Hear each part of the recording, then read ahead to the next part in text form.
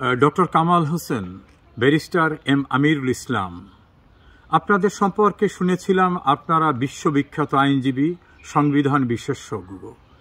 আমরা শুনেছিলাম যে আইন জগতের উজ্জ্বল জ্যোতিষ্ক সম আপনারা।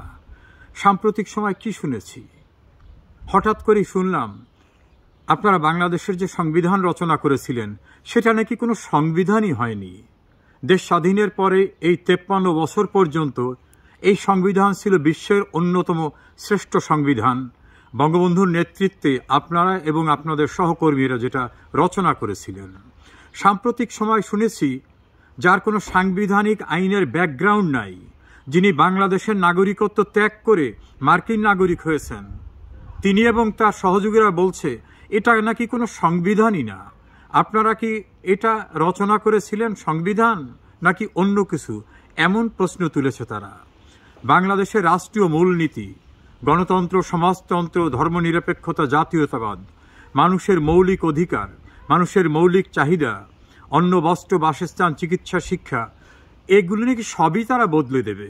তারা রাষ্ট্রীয় কাঠামোর জন্য সর্বোচ্চ আইনটাকে নাকি আস্থা করে নিক্ষেপ করে নতুন আইন তৈরি করবে। তাহলে আপনারা কি সংবিধান রচনা করেছিলেন? ওরা নাকি আপনাদের চেয়ে অনেক বেশি আইন জানে, যদিও আইনের উপর তাদের কোনো লেখাপড়াই নাই, যদিও তারা বাংলাদেশের নাগরিকত্বই ত্যাগ করে চলে গেছে।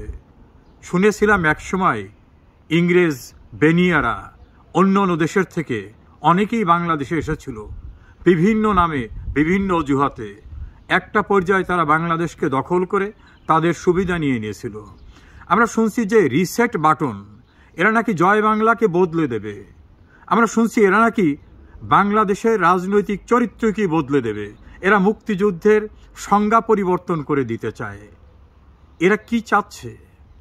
আমাদের 30 লক্ষ শহীদের রক্তের বিনিময়ে অর্জিত বাংলাদেশ, 2 লক্ষ মা বোনের সম্ভ্রমের বিনিময়ে অর্জিত বাংলাদেশ, এই বাংলাদেশকেই কি এরা পরিবর্তন করবে? একজন উপদেষ্টা তো বলেই ফেললেন বাংলাদেশের মানচিত্র নতুন করে লিখতে হতে পারে। আর একজনও তো বললেন করিডোর দিতে হবে। শেখ হাসিনা তো বলেছিলেন বাংলাদেশের একাংশ জুড়ে পার্শ্ববর্তী এলাকা নিয়ে নতুন একটি রাষ্ট্র পরিকল্পনা রয়েছে বিদেশিদের। তাদের প্রস্তাবে তিনি রাজি না হয় তাকে রাষ্ট্র ক্ষমতার থেকে উচ্ছেদের পরিকল্পনা চলেছে। ডক্টর হোসেন, মিস্টার ইসলাম, আপনাদের স্বপ্নের সর্বোচ্চ আইন বাংলাদেশের সংবিধান এখন আস্থা করে নিক্ষেপের প্রচেষ্টা চলছে। আমার বিশ্বাস 200 বছরেও শেষ পর্যন্ত টিকে থাকতে পারে না এই বিদেশি বেনিয়ারা। বর্তমানে যে বেনিয়ারা বাংলাদেশকে পাল্টে দিতে চায় সংস্কারের নামে, তারাও পারবে না। আপনাদের জীবদ্দশায় এই অবস্থা আপনাদের দেখতে হচ্ছে। ক্ষমা করবেন আমাদেরকে।